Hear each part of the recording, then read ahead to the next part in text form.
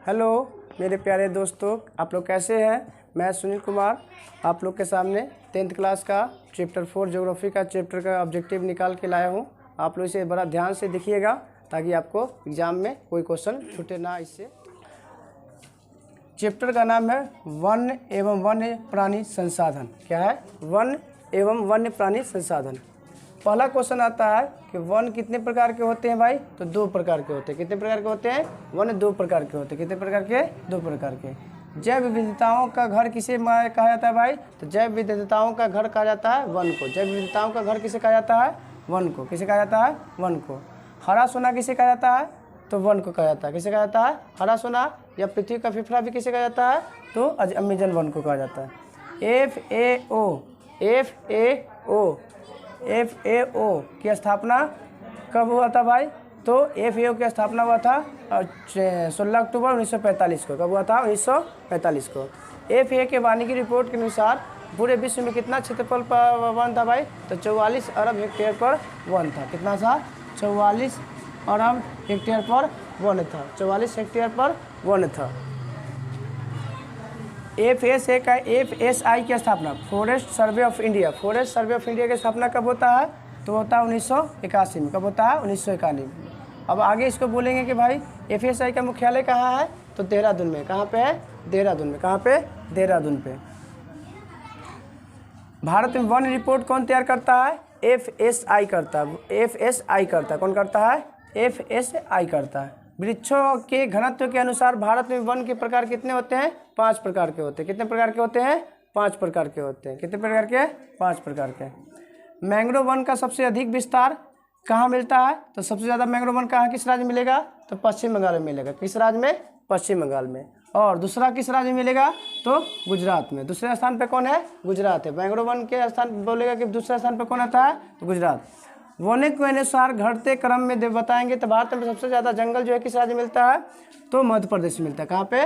मध्य प्रदेश में। दूसरे स्थान पे अरुणाचल प्रदेश। दूसरे स्थान पे अरुणाचल प्रदेश। तीसरे स्थान पे छत्तीसगढ़। और प्रतिशत के मामले में जाएंगे कि भारत में सबसे ज़्यादा परसेंटेज वाला राज्य कौन है वन वाला? तो मिजोरम है। कौन है? मिजोरम है। बिहार में कितने हेक्टेयर पर वन है भाई? तो बिहार में 6764 मतलब 6764.14 हेक्टेयर पर वन मिलता है। क्या मिलता है? वन मिलता है। बिहार में वन का परसेंटेज कितना है भाई? कुल क्षेत्रफल का कितना परसेंट पर वन है? तो मात्र 7.1% पर वन है। बिहार में कितने वन है? 7.1%। बिहार में किस जिले में सबसे ज़्यादा वन पाया जाता है? तो सबसे ज़्यादा वन मिलते हैं पश्चिमी चंपारण, मुंगेर और बांका। पश्चिमी चंपारण, मुंगेर और बांका। प्रशासकीय दृष्टि से भारत में वनों के कितने प्रकार होते हैं भाई? तो 3 प्रकार के होते हैं। कितने प्रकार के होते हैं? 3 प्रकार के। एक होता है आरक्षित, एक होता है रक्षित, एक होता है अवर्गीकृत। तो आरक्षित किसे कहते हैं भाई? तो ऐसा वन होता है जिसमें मानवीय हस्तक्षेप पूरी तरह से बैन रहता है। इसमें कोई गतिविधि मानव नहीं कर सकता है, ना उसमें लकड़ी, ना चारागाह या किसी तरह का कोई हस्तक्षेप नहीं कर सकता है। वैसे वन को हम आरक्षित वन कहते हैं। रक्षित वन किसे कहते हैं भाई? इसमें थोड़ा सा छूट दिया जाता है मानवों को, और उसी पशु चारण या लकड़ी काटने का जो है हम इस्तेमाल कर सकते हैं, वो भी परमिशन लेने के बाद। और अवर्गीकृत वन जो होता है वो सबके लिए है, वो कुछ भी कर सकता है। चारागाह चराना है, लकड़ी काटना है या किसी तरह का खेल का इस्तेमाल करना है, वो सब इसमें आ जाएगा। अब आते हैं परसेंटेज। भारत में आरक्षित वन के परसेंटेज कितना है? तो 54.5% है। कितना परसेंट है? 54.5 है। सबसे ज़्यादा किस राज्य में? MP में। कहाँ पे? MP में। भारत में रक्षित वन का परसेंटेज कितना है भाई? तो 29% है। कितना परसेंट है? 29%। इसके अलावा अवर्गीकृत कितना बच गया? तो दोनों जोड़ने पर 83 के बचा जो 17% जो होता है अवर्गीकृत वन पाया जाता है। किस कृषि को स्लैश या वर्ण कृषि के नाम से जानते हैं? तो स्थानांतरित या झूम कृषि को स्लैश या वर्ण कृषि के नाम से भी जाने जाते हैं, जो अलग अलग स्थानों पर अलग अलग नाम से जाना जाता है। हिमालयी अवयव जो एक औषधि के रूप में काम आता है, किस राज्य में सबसे ज़्यादा मात्रा पाया जाता है? तो अरुणाचल प्रदेश और हिमाचल प्रदेश में यव, जिससे कैंसर की दवा बनाया जाता है। टेक्सोल नामक रसायन किस पौधे से प्राप्त किया जाता है भाई? तो टेक्सोल नामक जो है रसायन किससे प्राप्त किया जाता है? तो चीड़ के पेड़ से प्राप्त किया जाता है। किससे? चीड़ के पेड़। और इसी टेक्सोल से क्या प्राप्त होता है भाई? तो टेक्सोल से क्या बनाया जाता है? तो कैंसर का इलाज किया जाता है। कैंसर के इलाज में जो दवा बनता है उसमें इसका इस्तेमाल किया जाता है। इसलिए इसकी मात्रा बहुत ही घट चुकी है, क्योंकि इसके पेड़ों की कटाई हो चुकी है रसायन के लिए। टेक्सोल किसकी दवा बनता है? कैंसर का हो गया। भारत में सबसे ज़्यादा पहले किस समाज से? भारत में सबसे पहले वनों को रोकने के लिए, वनों का काटने का विरोध करने वाला पहला व्यक्ति का नाम है, उस नाम है, महिला है, जिनका नाम है अमृता देवी। कौन है? अमृता देवी। कहाँ पे भाई? राजस्थान में। कब? 1731 में यह विरोध किए थे वनों को काटने के लिए।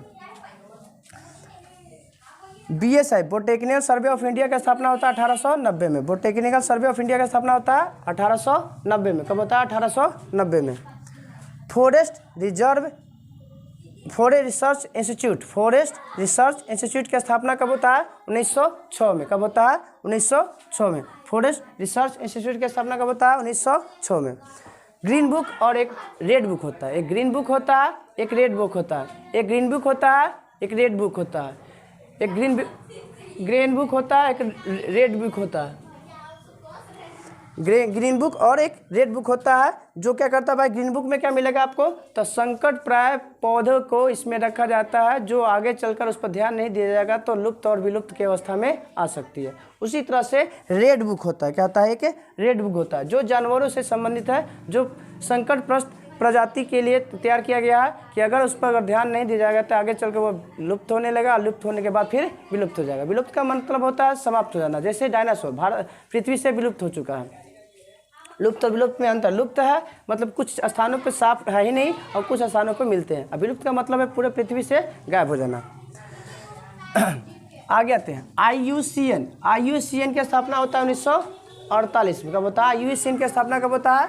1948 में। और इसमें कितने देश शामिल हैं भाई? तो 170 देश शामिल है। कितने देश शामिल है? 170 देश। कितने देश? 170 देश। IUCN ने अपना रिपोर्ट कब प्रकाशित किया था? 1963 में किया था। कब किया था? 1963 में किया था। WWF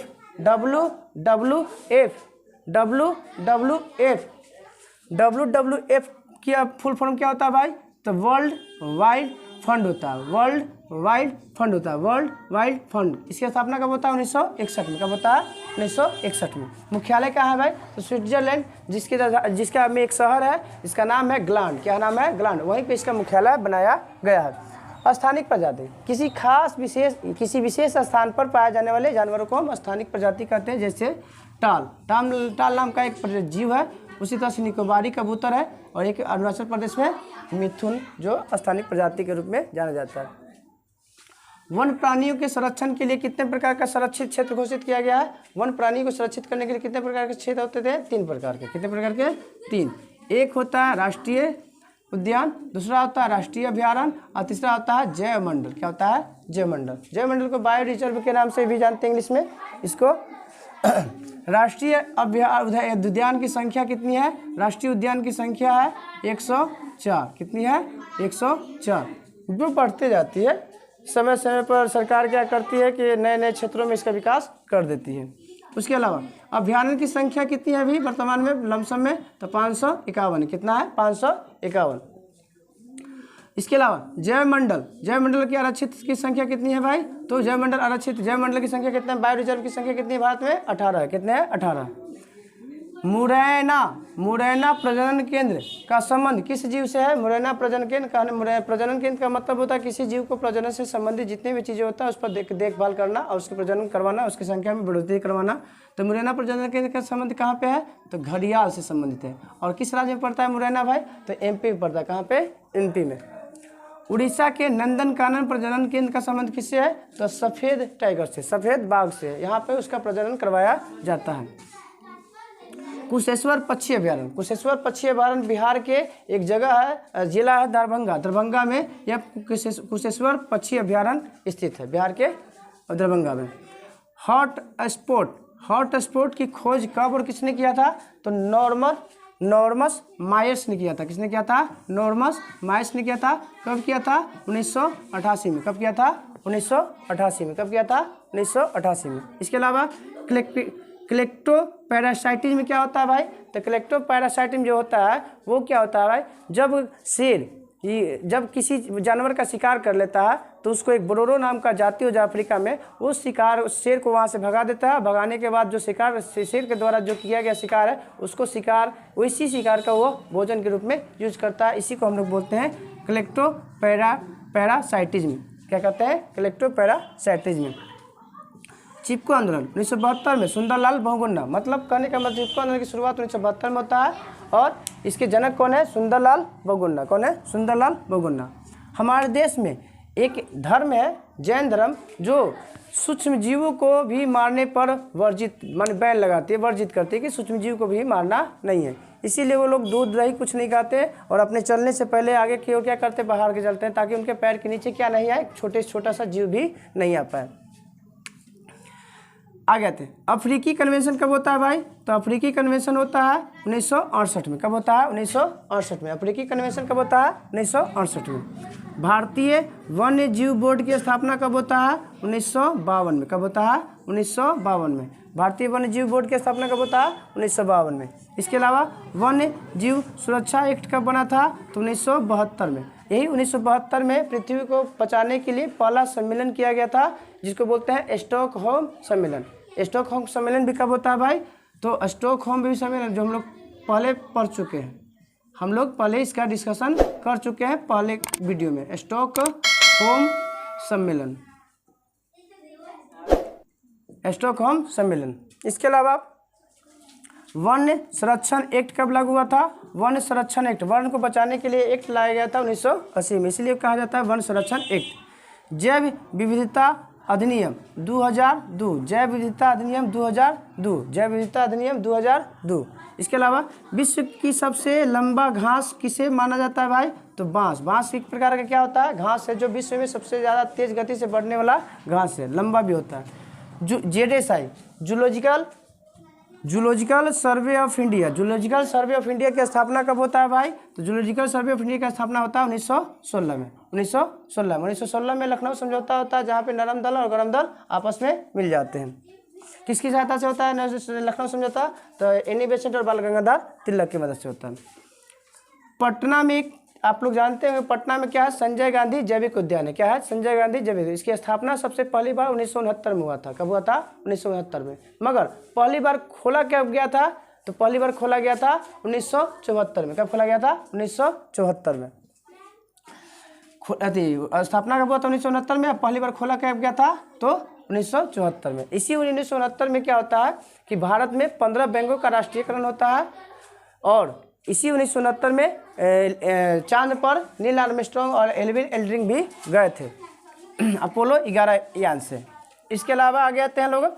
चरक कौन है भाई? तो एक भारतीय व्यक्ति है जो आयुर्वेद का जनक माना जाता है। क्या कहते हैं? आयुर्वेद का जनक। विश्व में कितने हॉट स्पॉट होते हैं भाई? तो विश्व में 36 हॉट स्पॉट हैं। विश्व में कितने हॉट स्पॉट है? 36 हॉट स्पॉट। कितने भाई? 36। भारत में कितने हॉट स्पॉट है? तो ये 4 हैं। कितने हैं? भारत में कितने हॉट स्पॉट है? 4।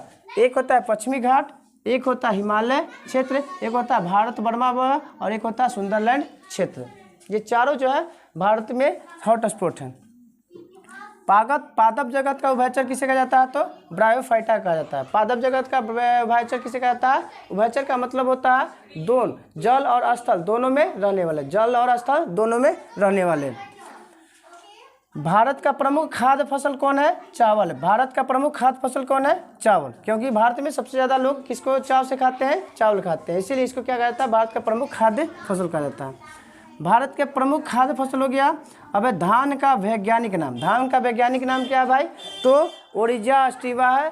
धान का ओरिजा क्या है? मेढक का राना टिग्राना होता है, मनुष्य का होमो सेपियंस होता है। इस तरह से बहुत जीवों को अलग अलग वैज्ञानिक नाम दिया गया। जिसने कौन खोज किया था भाई? तो कैरोलस लिनियस ने किया था। दिवनाम पद्धति के जनक भी किसे माना जाता है? तो कैरोलस लिनियस को जाना जाता है। मॉर्फिन है क्या भाई? तो मॉर्फिन एक रासायनिक पदार्थ है जिसका उपयोग क्या किया जाता है भाई? तो दर्द निवारक दवा बनाने में किया जाता है। दर्द निवारक दवा बनाने में किसका उपयोग किया जाता है? मॉर्फिन। मॉर्फिन का उपयोग क्या हम करते हैं? तो दर्द को दूर करने के लिए। मलेरिया की दवा किससे बनता है भाई? तो कुनैन से। किससे? कुनैन से। सिनकोना के पेड़ से निकाला जाता है, कुनैन होता है। वो इससे क्या होता है, मलेरिया की दवा बना जाता है। यही चौथा चैप्टर का जो लमसम सभी ऑब्जेक्टिव हम करा चुके हैं, जो आपके लिए महत्वपूर्ण है। इससे ज़्यादा बाहर आपको कहीं भी नहीं आ सकता है। अगर आपको ये वीडियो अगर अच्छा लगा तो आप इस चैनल को सब्सक्राइब और शेयर और लाइक ज़रूर करें। और अगर आप सब्सक्राइब और शेयर करेंगे तो हमको आपके इससे क्या मोटिवेशनल मिलेगा, और हम आगे और भी इससे हो सकता है कि आगे इससे अच्छा और भी वीडियो बना के आप तक पहुंचा दें। धन्यवाद।